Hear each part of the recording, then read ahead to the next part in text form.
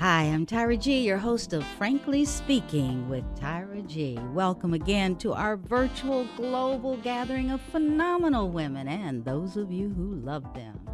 Yes, you mothers, daughters, grand and great-grandmothers, fearsome and generous, humble and honest, in pursuit of new possibilities and purpose. You know, here we dig deep and we come up strong.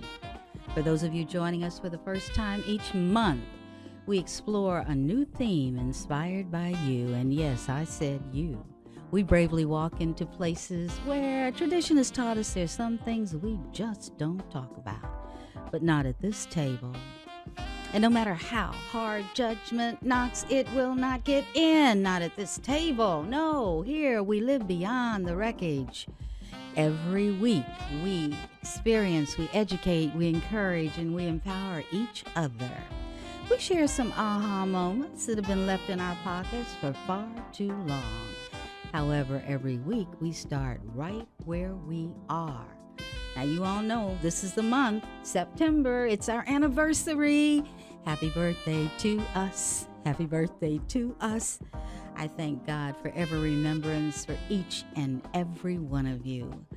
I could not have done this without you. The days that you said, come on, Ty, I know you're tired, but you can do this, push. And I did, and the baby was born. Thank you so much. You're listening to Radio Fairfax in Fairfax, Virginia on your TV, mobile device, or computer. And we are webcast worldwide at www.radiofairfax.org every Saturday evening at 8 p.m. Eastern Standard Time. Now, should you miss us, that's okay. Saturday's date night, I get that. You can find our shows on YouTube. Just key in Frankly Speaking with Tyra G.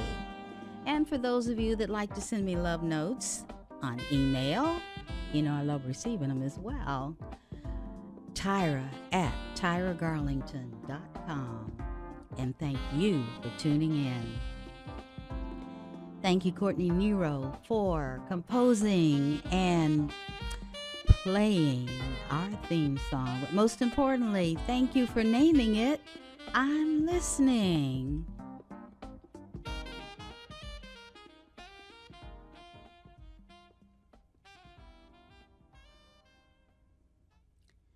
Not only is September our birthday month, it is also Suicide Prevention Month.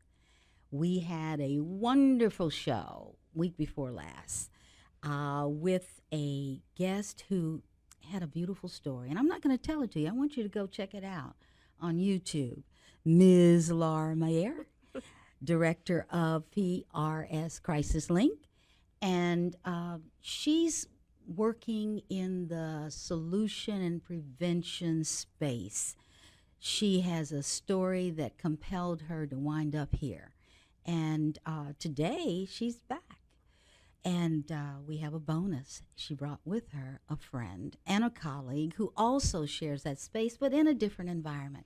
So I said, Laura, Liz, why don't we try something new? So tonight we are going to do something different. Now, I need to tell you, Laura has a cold, so she may sneeze. It's okay. Nothing's going wrong with the transmission. She's fine. But what we're going to do is have these two ladies who have known each other forever and who are very committed and passionate about what they're doing have a conversation among themselves. So I'm going to kind of ease out of here at one point, and it's going to be the two of them, and I can't wait because, you know, this isn't rehearsed. This is off the cuff in the rough. But you know what I like to do, right? I like to create a common thought space for us. And I want to do that today. Suicide prevention, we were just talking, the three of us. Suicide is a result. It's the end of a journey. It's not just, oh, I'm going to wake up, everything's going great, and I'm going to kill myself. No. Things have happened along the way to impact individuals to the point that they don't understand there is a reason to live another day. And so I thought to create our common thought space today, I would read a poem, and it's through the lens of a young man who was bullied his entire life. And it is called To This Day by Shane Koizan.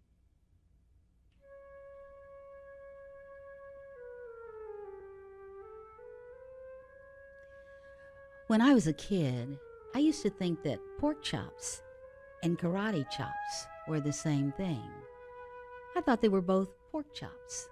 And because my grandmother thought it was cute and because they were my favorite, she let me keep doing it. No really big deal. One day, before I realized that fat kids are not designed to climb trees, I fell out of a tree and I bruised the right side of my body. I did want to tell my grandmother about it because I was afraid I'd get in trouble for playing somewhere that I shouldn't have been. A few days later in the gym, my teacher noticed the bruise and I got sent to the principal's office. From there, I was sent to another small room and a really nice lady who asked me all kinds of questions about my life at home. Well, I saw no reason to lie. As far as I was concerned, it was pretty good. I told her whenever I'm sad, my grandmother gives me karate chops. Well, this led to a full-scale investigation, and I was removed from the house for 3 days until they finally decided to ask me how I got the bruises. News of this silly little story spread quickly through the school, and I earned my first nickname, Pork Chop. To this day, I hate pork chops. I'm not the only kid who grew up this way, surrounded by people who used to say that rhyme about sticks and stones, as if broken bones hurt more than the names you got called. And we got called them all. So we grew up believing no one would ever fall in love with us, that we'd be lonely forever, that we'd never meet someone to make us feel like the sun was something they built for us in their tool shed. So broken heartstrings bled the blues as we tried to empty ourselves so we would feel nothing. Don't tell me that hurts less than a broken bone, than an ingrown life. It's not something that surgeons can cut away, like there's no way for it to metastasize. It does.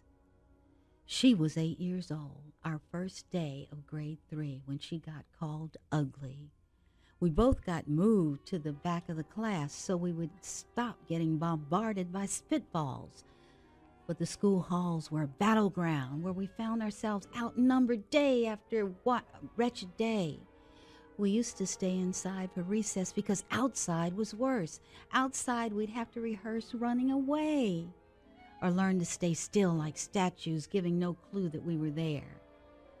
In grade 5, they taped a sign to her desk that read, "Beware of dog." To this day, despite a loving husband, she doesn't think she's beautiful because of a birthmark that takes up a little less than half of her face. Kids used to say she looked like a wrong answer that someone tried to erase, but couldn't quite get the job done. And they'll never understand that she's raising 2 kids whose definition of beauty begins with the word mom, because they see her heart before they see her skin, and that she's only ever always been amazing. He was a broken branch, grafted onto a different family tree, adopted, but not because his parents opted for a different destiny. He was 3 when he became a mixed drink, a 1 part left alone and 2 parts tragedy.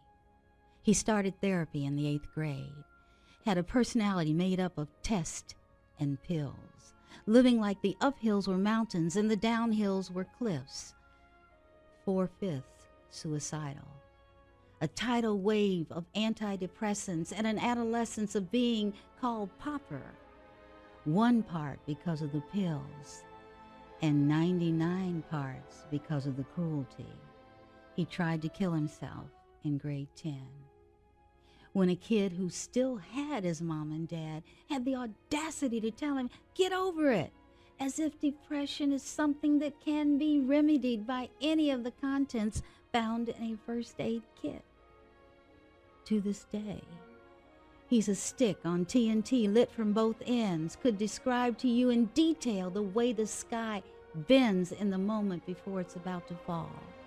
And despite an army of friends who call him an inspiration, he remains a conversation piece between people who can't understand.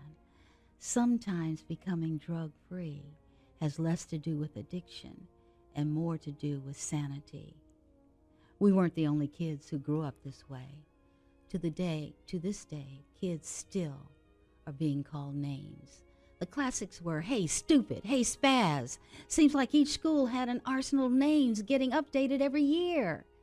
Kids juggling depression and loneliness, playing solitary spin the bottle, trying to kiss the wounded parts of themselves and heal. But I want to tell them that all this stuff is just debris left over when we finally decide to smash all the things we thought we used to be. Hey, if you can't see anything beautiful about yourself, get a better mirror. Look a little closer. Stare a little longer, because there's something inside of you that made you keep trying, despite everyone who told you to quit. You built a cast around your broken heart, and you signed it yourself.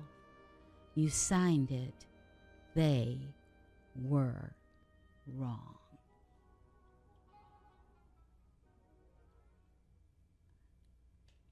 After our break, we're going to meet these two wonderful people sharing the studio with me tonight. I want you to go ahead and get that snack, put your feet up, but stay real close. And we are back. Welcome to Frankly Speaking with Tyra G, Ms. Laura Mayer, and Ms. Liz Barnes. Now, you all know that I always ask people to please introduce themselves as if they were a book in the human library. But today we're going to do something different. I'm going to ask Laura to introduce Liz and Liz to introduce Laura, and I'm just going to sit here and listen. I just want to thank you again for having me back. Last time was such a wonderful time, and happy birthday again to your show. It's awesome how far you've come in a year, and we're so happy we get to be part of that and try something new with you. So I know Liz and I are both super excited to try this format and see where it takes us tonight. Great. So I'm introducing Liz. Disclaimer, more than we are professional peers, we are BFFs. She's my ride or die. She's the person I go to, and she's very complex. She is a mom of two teenagers, so that's fun. She works in the suicide prevention space like me, but at a different level, doing different types of things around policies, specifically within the military population. So it's a very different space, but working towards the same things. But what you don't know on Liz's resume is how special she is. And she is a immensely intelligent, creative, courageous empath. She loves everyone and everything and will do anything for you. She had, her own challenges growing up and as an adult, and she brought those to my organization, which I was fortunate enough to benefit from. She came into my training class as a volunteer at PRS Crisis Link. At the time it was Crisis Link. And what I've loved about Liz is, first of all, she's a complete overachiever. So she'd show up into class having read everything, watched everything, researched everything to a T, and so serious, but she always had funny socks, and it made me love her. She had funny socks with donuts or dogs or just silly things, and we knew it was friendship when she came into her mid-training evaluation scared that I was going to tell her she couldn't come back, and I was just like, I love your socks. Aww. And ever since then, we have been BFFs. So I am so grateful for her to join us because this is not her job, but she has so much to offer to this conversation, so I'm super excited. Wow. Well, that's a tough one to follow. So I get the honor of introducing my person, my best friend, Laura Mayer. And I did want to thank you so much for having me here on the show. It is, we are truly blessed to have this. So thank you so much for this opportunity. And I'm very excited to be able to introduce everybody to Laura Mayer, Yes. who is the director of PRS Crisis Link. She is one of my favorite people in this entire world.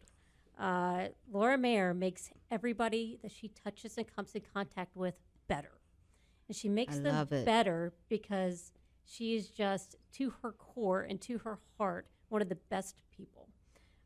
She has a very lengthy story, but she is a survivor. I love it. And she is a survivor of so much.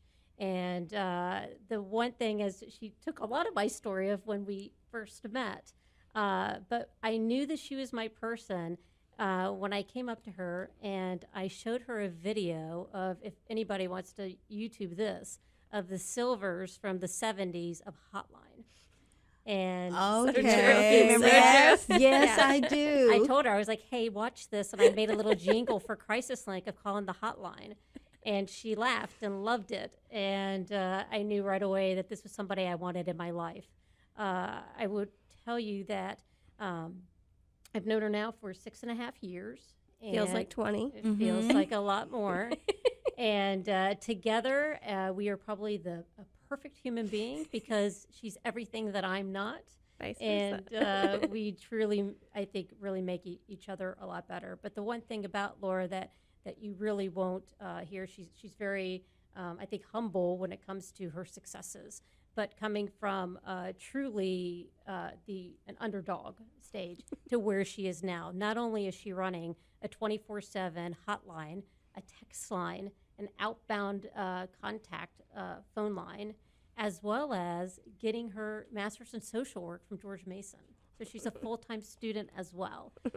And on top of that, she still is a core trainer and does all sorts of outreach events. So she is a pretty amazing human being, and we're very grateful to have her in our life and with us today. So thank you for being here. Oh, that's so sweet.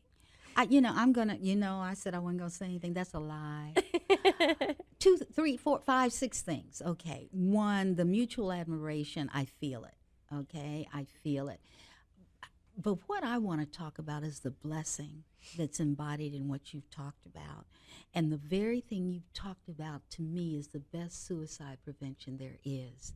To have that one person that you can turn to, connect with, and know that no matter how you come, they will receive you in love. And audience, hey, I hope I have a BFF. And what I also discovered, I don't know whether you all discovered this, we have all kinds of friends that meet all kinds of needs. And then you have the soulmate. Mm-hmm. And I know people say, what is a soulmate? You can't be the same soul, But thank you for bringing that energy in here and celebrating one another. Now, I do have to tell you this. I had given them some ideas for the program. And they wrote me back and said, Tyra, we've talked about this, and we think we'd like to do it this way. So I immediately thanked them and said, you're on. So you can talk about whatever you want to, and I'll just sit here and tell you we're out of time or whatever. Okay? Sounds great. Okay. We're excited. Yes. Because there's one thing that we can do is talk. A lot. About anything. So I was sharing with Liz this past weekend a bit about our conversation the last time I was on the show about, suicide is such a complicated topic that crosses all demographics, all walks of life, and how it's the one thing that truly does not discriminate. And it's one of those things that you can prevent against, but there's no one way to do that. Right. And that's deeper than that. And because I am a student and kind of a nerd, the way that I wanted to start our conversation is about the framing of suicide, how we frame a social problem. So, like you did before, kind of getting everyone in the same space. and talk about a less like mental health related topic to get, us started. So when we talked about this before, it was like homelessness. That is a topic that has a lot of framing. The way you talk about it means you agree that it's either a social problem or an individual problem. So if you look at a homeless person and your first thought is, what did they do to get themselves in that space? That's an individual person problem. So there's a flaw with them. And then if you think about homelessness as a social problem in the sense that there are economic and justice issues and racism and lots of complex issues that keep people stuck in perpetual homelessness, you see that as a bigger issue. So we were talking about suicide. We tend to think of it much more as what had to happen to you for that to be a problem, and if it's happening to you, then it's probably not going to happen to me. And maybe our framing of the social problem is wrong, and maybe we need to start there. Okay. So I asked, Liz, just because we were so comfortable talking about suicide, we had to go back to the basics. So, Liz, when we talked about this before, what do you think, or what is the reason that suicide is increasing despite all of our best efforts at this point? Yeah, and it was so interesting because we had such a different take on it. And my take was, I think it's so complex right now.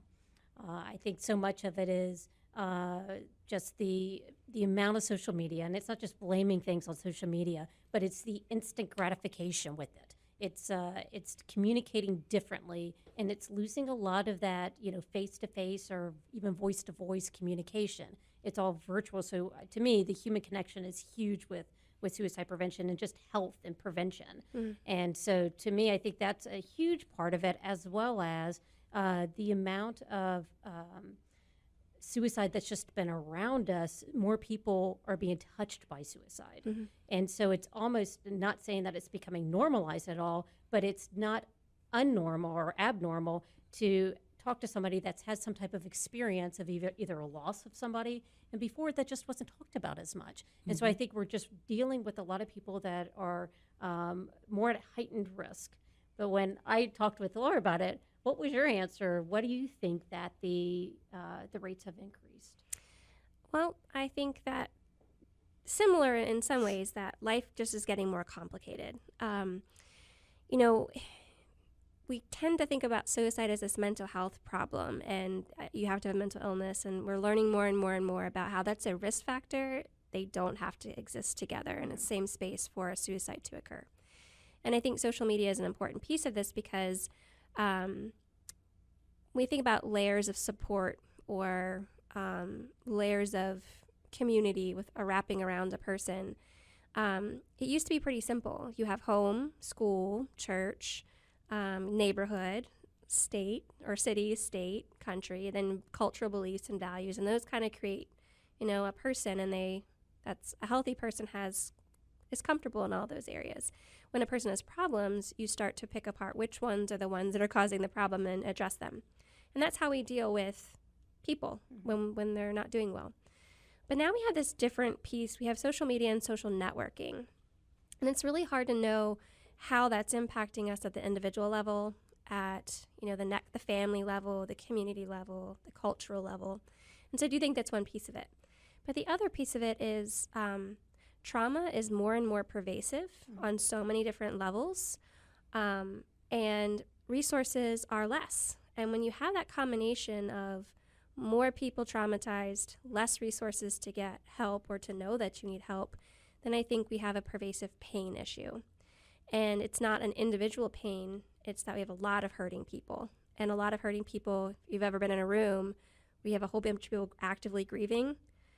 It's really hard to come out of there feeling okay, right? Like if we think about the world as like an actively grieving place, similar to being in a funeral home, you don't walk out of that funeral home feeling refreshed. You walk out of that funeral home feeling drained and in pain. And I think that's kind of where we are as a community, is there's so many hurting people and we're not getting filled back up. And I think part of even just kind of to piggyback off of that it's going back to that instant gratification and wanting things to be quick and fixed now, even though we do have some resources available, especially in our area. We're very fortunate to have some great Some people have resources. Fair. Good point. Fair Not point. everybody. But I think part of it is then once they do receive some type of treatment or help or assistance, then they're supposed to be fixed and done, and that's it. You don't need to then go back. It's not this continuous type of support system that's needed. It's okay. Well, you got help. Why aren't you better? And if it didn't work, then you're doing something wrong. Yes. But maybe the issue for this isn't 50-minute therapy sessions when they fit into your life, because I can't make my problems appear in a certain 50-minute space. Yeah. Hold it for a so, week. I mean, if I'm going through some tough stuff, I don't know that 50 minutes a week is going to help me. So what am I doing the rest of this week, to get my needs met? So I think we're trying to force people into a path of getting better, but we don't even know what getting better really means. Mm-hmm. And the other part of this conversation I think is really important is the phrase suicide prevention. That's all we know, but that's preventing a suicide. We're not talking about enhancing living. We're just talking about, let's not have them die, but we don't really have a good enough life for them to live either, and we don't really know how to make it better. So we're just going to stop them from dying, and we've solved the problem. Mm-hmm. But that's not really solving anything other than they didn't die, which is great if you're in suicide prevention because the numbers go down, but it's not really addressing the holistic person and the community that they live in. I think this is where we struggle, and we get into conversations about this quite often where maybe, again, it's a language problem, that we're not talking about actually preventing suicide. We're talking about reducing people's pain. Mm-hmm. And that's a lot harder to measure and receive funding for and study, because pain is not something that we're so good at understanding right now. We have smiley faces to sad faces, and we can pick the one that's most closely associated with how we feel. Mm-hmm. Everyone's seen a pain scale. But pain scales are kind of where we started to go downhill. If we can quantify it, we can treat it with a certain treatment, and we think we've solved the problem. But we haven't, because that's a moment in someone's entire life and not really addressing the before, the after, and the future. Am I stirring that pot or no? No, I mean, I think, and that's one thing when I became a volunteer on the hotline as well, was teaching me about that, about the pain and kind of the definitions of pain and loss. And I think that's so important right now, is to remember that it's not a competition of whose pain is worse. It's that we're all experiencing pain. We're all experiencing loss. And to really be empathetic and sympathetic towards that, as opposed to just saying, well, why aren't they doing better? And why don't they just try harder and just, kind of get over whatever this happens to be, that we all have experienced this pain, and we're all experiencing loss. That's something that we women are really good at, is comparing our pain and it's never enough pain to justify where we're at. And I think that kind of takes us to this next space that we were in, which is, we know now that suicide rates amongst women are growing at a much faster rate than men. And that's an interesting problem, because we used to have this, the research to show that women don't use as lethal of means, which is why they attempt suicide more but do not complete suicide as often as men. But that's changing. And so we saw, in the last data that came out, that women had grown 50% compared to the men's 21% in completed suicide. So when you're talking about this issue of pain, something that Liz learned in her training class, and something we still have to battle out, is whenever she has a tough time, she says something like, it's not as bad as yours. So I do, yeah. I always say, but you know what? It's not as bad as either this person or this experience, and I always try to minimize whatever I'm going through. And we do that because why? Because we're taught that. I think we're taught to be able to silver line it, to be able to, well, at least we have, at least you have your health, or at least you have whatever. So it really truly minimizes that type of pain. So, yeah, I mean, we definitely minimize each other's pain. That's something that we do behind each other's backs. We say, oh, it's not that bad. But what we do from that, we do that with our friends. We talk about, oh, they're just wanting attention or whatever. We're trying to deal with our own feelings about if we were to compare, and then that creates that guilt. Yes. And that guilt that we tend to carry around is, I'm taking up too much space. And if I ask for this or I talk about my own stuff, then I'm taking something from you, and I feel guilty because I don't want to take anything from somebody who's already going through something else. Which is huge, because I will always say that I don't want to be needy. I don't want to take that away, and I don't want you to have to give more time because you're already tired and you already have so much else going on, that I don't want to be a burden to you.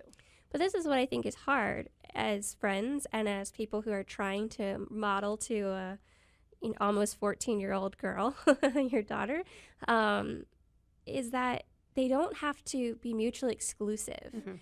And we don't have to say that because I've gone through this, it's been worse for me. And because you've gone through that, it's not as bad as what I've gone through. And I think it's just this pressure to not be seen as like unworthy in a way, or an attention seeker, or somebody who just likes drama. It's as if by saying I need something that I'm taking, versus the whole cool thing about helping is that you feel valued. I feel valued when I get an opportunity to help you do something versus just taking from you. And there's that give and take. And I think this comes back to people who are having thoughts of suicide is, I'm a burden on so many people. I'm taking so much. But sometimes we don't allow people to give either. And that's an unbalanced relationship. Yeah, I completely agree. That's a tough one. I love this. I love this. Of course, I'm taking notes. I hope our audience is taking notes. A couple of things, cultural things, came to mind, particularly when you're talking about gender and what we do as women. We have a tradition of nurturing and not being nurtured. And I think sometimes we get caught up in our own language. You, Liz, were saying, I minimize mine so as not to impose.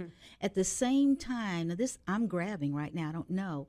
Sometimes when I'm doing that, I'm trying to hold on to power, my power, okay? I'm hurting, I can do this, I can do this. And I think what I'm also saying is I have to do it. Yeah. If I don't do it, what's the consequence? And earlier, Laura, when you were talking about homelessness, and is it societal and personal? One of the things that I got involved with was people first language, so that we declare right away, this person is homeless. That's a condition, that's a circumstance that has a possibility of changing, not that this is a homeless person. And I hope people see the difference in that.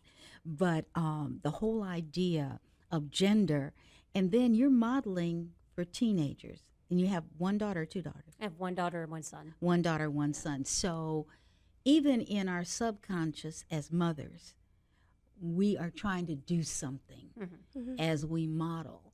And sometimes we slip. And what I wonder is, as I listen to the two of you, when you talk about as women to our backs, people may be minimizing what's happening to us. What kind of language could we get in touch with and develop? Say, Liz, you know what? I hear you. And that's got to be a bunch of crap. Okay? But here's what I know. I know that it's a moment in time and a season. And if you can, and if I can help you through this season, we can do this and learn from it. Yeah. But what that does then is commit me to you. And you all said in the beginning, things are happening so fast, we don't have time to do this. So I don't know that we have the answer, if there is an answer. But what I love is that you have expanded suicide prevention from a way to manipulate numbers. And you've taken it over to a space where we're all living now. I love this. I don't know how many of you listening put this down. Pervasive pain issue. All of us can find pain in our lives, degrees of pain. All of us are actively grieving over something. And it may be that you burn the cake that you baked. The kitchen's not my friend, so that would always be something I would grieve. But we have to... I heard the two of you, as friends, giving permission it was okay to be who you were, whatever you were doing at any given time. And I think we need to do more of that. I think one thing that was really helpful to me, and it's really changed me over the past few years, is truly respecting and understanding that people are trying the best that they can with what they have at that moment. And to remember that is that nobody wants to feel that way. Nobody wants to feel significant depression or that pain or that loss. We're doing the best that we could do with what we have available with the resources. And so I think it's so important to remember that and to pause and take a step back from our busy lives and make that human connection. And I mean, what do you think has helped you when you've been in those darkest moments? That's a tough question because it depends on, spoken like a true social worker, it depends. I love it. So, well, two things. Removing at least and just from my vocabulary. What if we had a world where you burn the cake, like you said, and it wasn't you just burned a cake. It's not a big deal. What if it was, wow, that sucks. And that was it. And we stopped there and we were cool with that. We supported the person where they were at versus saying, put it in context. It's just a cake. You can make another cake. We all know it's not the cake. Yes, so let's just, yes. get rid of that, right? Like, it's not just something, or it's not, at least you didn't have this. And you know what that is? It's empathy. And we often get confused with empathy and sympathy. Yes. And I feel like that's the one thing that really changed me as a human being, is recognizing there's a very strong difference from feeling bad for somebody versus feeling what it might be like to be them. It was very eye-opening. It takes you out of yourself quite a bit more. It makes you more aware of others and where they're at. And that by doing that, it's almost easier because there's no pressure on you as the person to have the right answer or to say the right thing. To be able to say, like, I get it. I'm not you, but I get it. And that's what Liz does. Like, she has very quickly walked away from, I cannot possibly know what that's like, but I love you, I care, and I'm here. And that's really what it takes to get the suicide problem more controlled. But I will say, though, too, with that is I have not always been that good and that supportive. It was years of training. And Helpless is not her strong suit. No, I am by nature. And those out there listening, if you're like me, I am a problem solver. I am just how I work is if you have a problem, then you need to have 3 solutions to be able to fix that. And if you don't have a solution, I'll come up with one for you. Because that's how I am. And so when even talking with somebody of how do I make this stop? How do I make you stop feeling this way? And what needs to happen for it to go away? And that is a really bad approach of taking that, as opposed to taking a step back, not fixing it, because you're not going to fix it. You're there to provide support and just, wrap your arm around them and say, you know what, it does suck, but I'm here for you. Also, I want to add, I love what you said, Liz. The remedy, the support, doing something and empowering them to do something. Big difference, because if I can empower you to stay in this moment, recognize it sucks, understand it's going to pass, know I love you, and we're going to, walk this road, then you go, phew, you can exhale. Yeah. It's not all on you anymore. And empowerment isn't easy. Not at all. And it goes back to, when you were talking about the almost kind of that control, that it's hard because you feel helpless, right?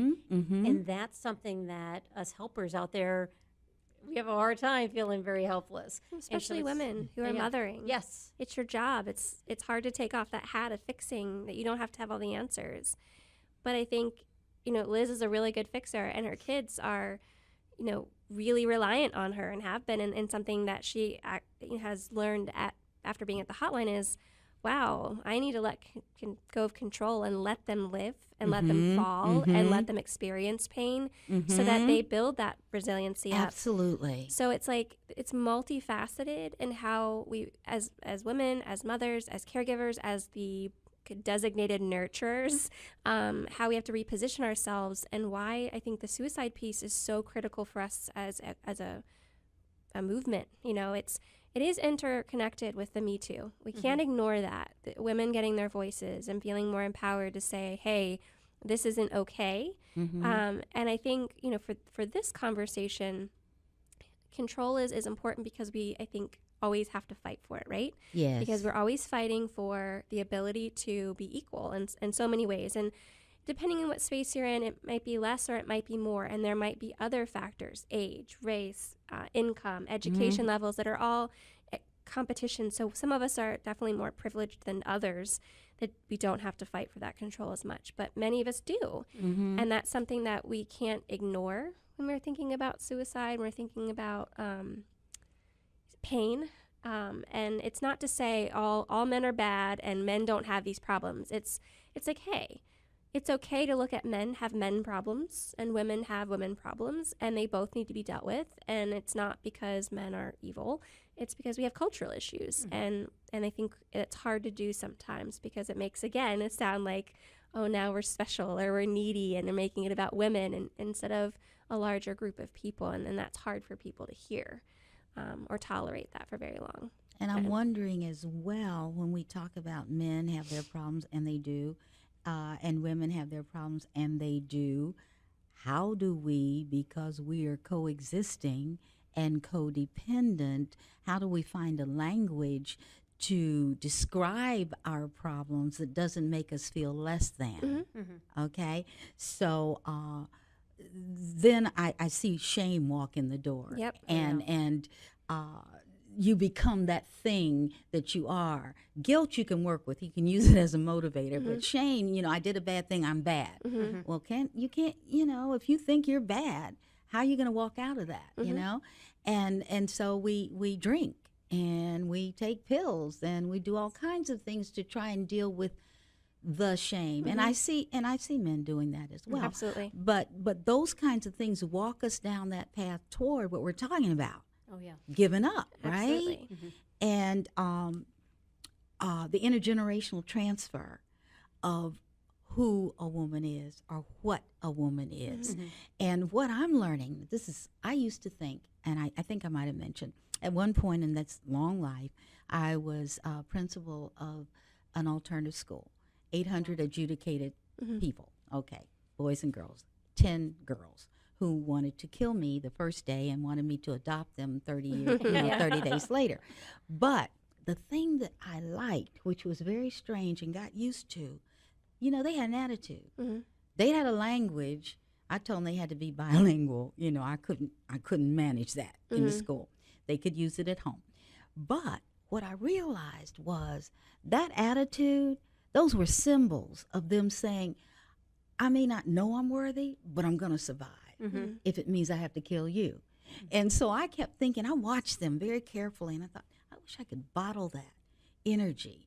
And my whole goal that whole year was to help them understand they were worthy without that extreme behavior. And Miss Skinner, what you mean? Somebody like that drew something like that? Somebody look like me? I said, why don't we look it up and see? Wait. Somebody wrote that look like me, and they needed access to success in people that look like them. So this is another whole realm, because you said very clearly we've got cultural issues, we've got gender issues, we got age issues, we got tradition issues, we got legal issues. I mean, we got issues. How do we put that in a pot and come out a healthy nation? We start with a healthy community. Now, you all talked about something. I want us to deal with this.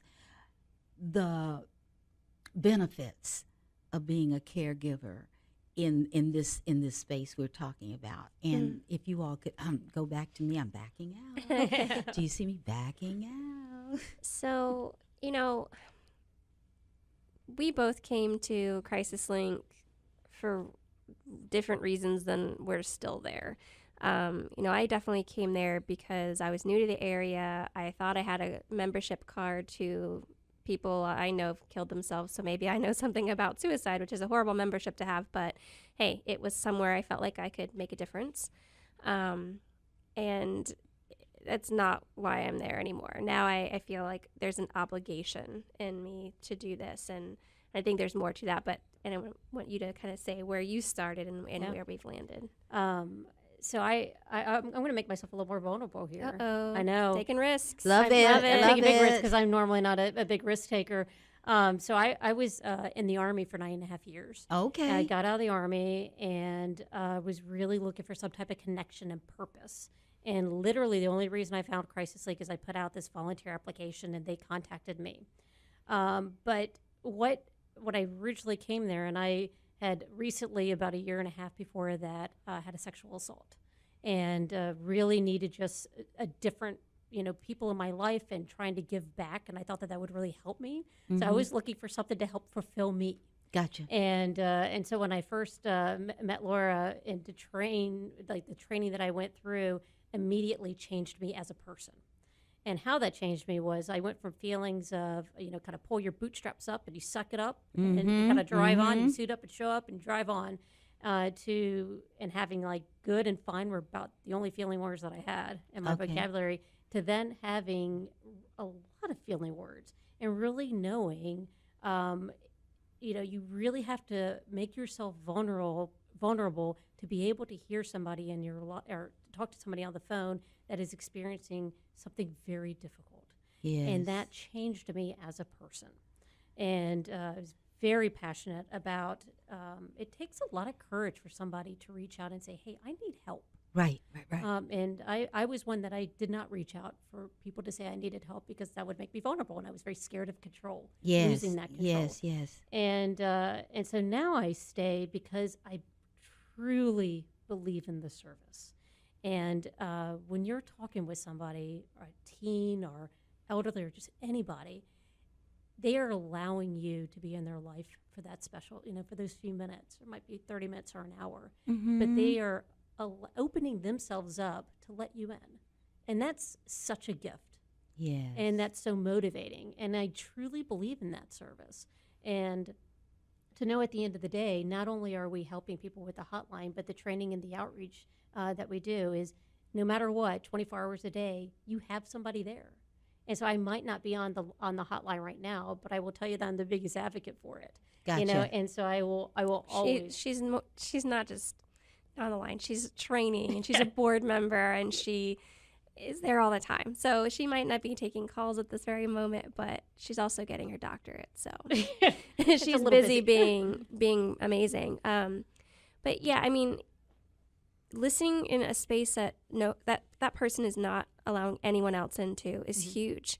And it taught me a lot more about myself. Like if I can accept and understand that a person needs this, they need space to grieve or to feel cared about or feel nurtured, and I don't have any negative opinions about that, and I'm not judging them, then why don't I also deserve that from somebody? And that's the growth that Liz and I did together through our experience in caregiving for others is, if we can do this for people that are complete strangers, why can't we do this for ourselves, and how do we do it for each other? Because we're both really bad at it. We're not the best. Definitely more self-centered. I was definitely not as humble.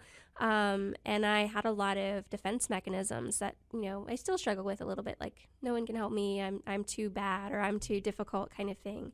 But I think one of the biggest life lessons that we learned together is there's a lot of people out there with really good intentions who use mantras like choose happy. Like you can get pillows with that on it. You can get think happy, be happy. If you just try harder, then you'll get better, right? And we have this expectation of ourselves. But what Liz said earlier, no one wants to be in the situation they're normally in. Even if they're taking active steps to stay stuck in that position, there is something else going on, and it deserves no judgment. It deserves the same empathy and love and connectedness, even if they do it 1,000 times. It does not mean they're a failure. It means the system that they're living in isn't good enough.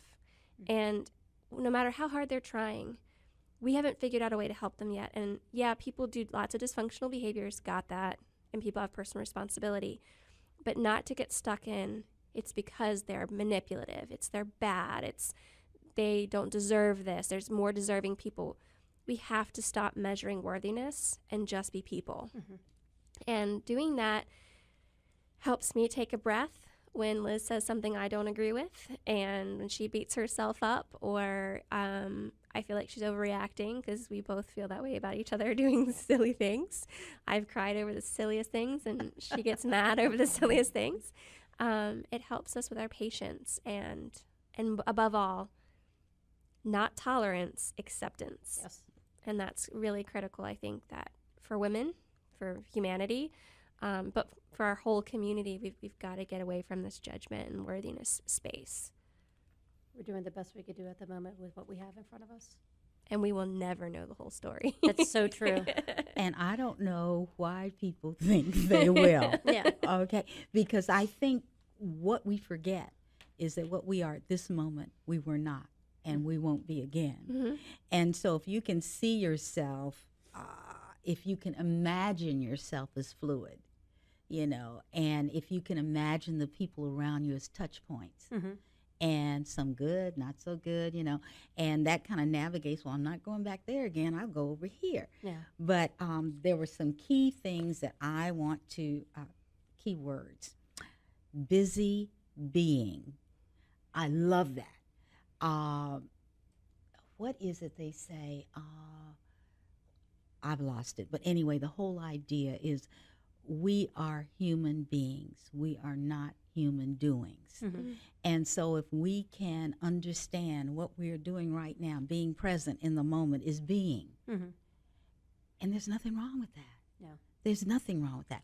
And other things that you two were talking about, being able to listen to one another without judgment. Mm-hmm. And I like this, not tolerance, acceptance.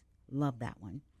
And I love this one, stop measuring worthiness. And my manifest, the first one, and I'll say it before we leave tonight, is you are worthy, Mm-hmm. just as you are, okay? So we've got a biological guarantee, we're here. Mm-hmm. We have a spiritual guarantee, we know we're fearfully and wonderfully made. We know we were known before we're here, so we celebrate that. And you know what else? It's hard to celebrate and appreciate and not judge somebody that you're looking at that's on the ground, dirty and stinky, Mm-hmm. and you don't know their story. You don't know what they did before dirty, stinky on the ground. You don't know what they could do if you reached out. And what does it cost you to make that move? Because so often dirty, stinky, smelly, hungry goes to suicide. Mm-hmm. So I don't, you know, I'm not preaching or anything, but I do want to say to you, the two of you, I love this format. Do you love it? Yeah. It's fun. It has been fun. Yes. And you've got about maybe 1 minute. Can you just hype some of the activities? I can. I'm so excited. It is PRS Crisis Link's annual campaign, Call, Text, Live, # Call, Text, Live. And we have so many important things. If you feel compelled after listening to us talk about how important suicide prevention is in our community, as a woman, as a leader, as a member of our community, we have several really cool things coming up. First, one simple thing that you can do involves a t-shirt. Buy a t-shirt, because it is a walking source of hope. On the back of the t-shirt, it asks you to call the number, text the number, and live through your thoughts of suicide. By wearing a simple shirt, you might give somebody a reason to reach out. And so we encourage you to do that. And you can go to our website at prsinc.org. So it's prsinc.org/call-text-live. And we have an entire calendar. Even though it's just for September, every day has something else. And every day you can learn something new about firearms, about older adults, about teens, about how many people actually live through their thoughts of suicide. So please get educated. That's why it's there. And be a beacon of light for somebody. Show somebody there's a reason to live through it, to call, to reach out, to text, and to live through that moment. You have been listening to Laura and Liz, and you've been listening to Radio Fairfax at www.radiofairfax.org. And for those of you who may say it any day, I am just tired of this, I don't want to do it anymore. I'm out of here. I want to encourage you to stay one moment longer and to listen to a thought to take with you in your doggy bag. Your calling in life is to fully express who you already are. The world will never see another human being like you. There's no one on the face of the planet that has what you have. Your uniqueness in every respect is your gift. Life asks one thing of you, to be the full expression of yourself so that you can leave your unique imprint on all those you encounter and upon the world. Never underestimate the power of your energy and how it ripples outward to affect everything and everyone around you. If you are being your full, authentic self, honor your intuition and act upon all your inspirations. Your seat at the table is guaranteed. I love hearing from you. Remember, you are worthy. You are not alone. You are not your circumstances, and you have everything inside of you you need to be who you were created to be. This is Tyra G. I'm here for you and I'm listening.